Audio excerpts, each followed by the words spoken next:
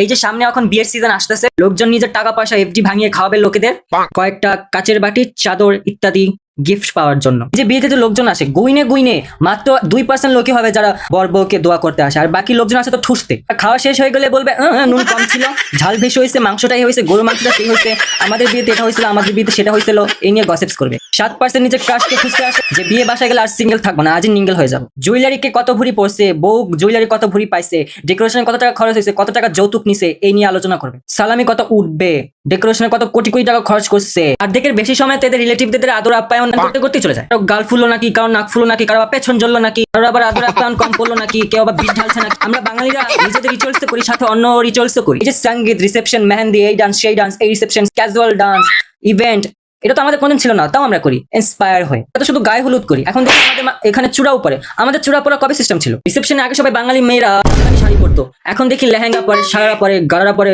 In fact বোরখাও পরে চলে আসে। বন্ধুদের বিয়েতে যাও আর না যাও ঝামেলা হয়ে যাচ্ছে। যদি যাও 3 দিন ধরে রিসেপশনের জন্য প্র্যাকটিস করে ডান্স করতে যাবে, ডান্সের সময় ডান্স ভুলে যাবে। আল্লাহ নে হুরা হুরি লাফালাফি নাচ। আর এখানে ডান্সের টিচার ডান্স করাই যাচ্ছে, টিম এ, টিম 2, টিম এটা, টিম ওইটা। আরে আমি আমার কলেজে কোনোদিন নাচি না, বন্ধুর বিয়েতে নাকি লাফায় লাফায় নাচতে হয়। বন্ধুর বিয়ে হলে আবার স্টেজে দাঁড়িয়ে কিছু ইমোশনাল কথাবার্তা বলা মাস্ট। গালি ছাড়া লাত্তুষ্টা ছাড়া আমি জীবনে কোনোদিন কিছু ওকে দেইনি। ওকে আমি ভালো কথা কি বলবো, আর ও শুনবেই বাকি। মনে মনে খালি এই কথাই চলে, তুই যাও রায়ো, তুই যাও, শান্তি সে যাও, জলদি সে যাও। মেকআপ করা বউ কাঁদবে না হাসবে কিছু বুঝতেই পারছে না, মানে চোখে জল পড়ছে না পড়ছে বোঝাই যাচ্ছে না, কিন্তু কান্নার অভিনয় ভালো করতে পারে। চোখে টিস্যু দিয়ে চোখের পানি মুছে, বাট চোখে পানি তো বের হয় না, বা মুছে আবার গান এখান দিয়ে ব্যাকগ্রাউন্ডে গান চলে, তুঝে ইয়াদ না মেরি আই। আর সবচেয়ে ইরিটেটিং বিষয় হলো কোনটা বলো তো? কেন যার সাথে দেখা হবে সেই বলবে কি রে তোর বিয়ে হবে কবে, ওরটা তো হলো, তোরটা হবে কবে, তোরটা খাবো কবে। বর বউদের যে ভাই বোন হয় বা রিলেটিভ হয়, এদের ভাই আলাদাই লেভেল। এটা মানে হচ্ছে যেটা বিদেশ থেকে আছে, এত অ্যাটিটিউড, মানে এদের পা জমিতেই পড়ে না, এরকম অ্যাটিটিউড দেখা। আবার এই যে বরের শাড়ি, বউয়ের বোন, ছোট বোন, চুলটা স্ট্রেট করবে, নেইল আর্ট করবে, এরকম ভাবে হিল পরে টাক টাক করে হেঁটে যাবে লোকাল ক্যাটরিনা কাইফ।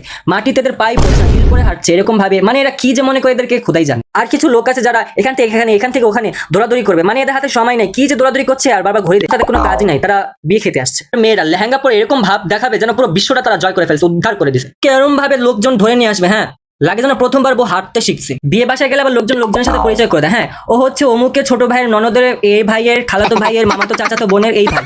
যেখানে আমি কালকে কি ভাত খাইছি বা কালকে আমার কলেজে কি পড়া ছিল সেটাই ভুলে যাই, এখানে আবার ওর সম্পর্কে আমার মনে রাখতে হয়।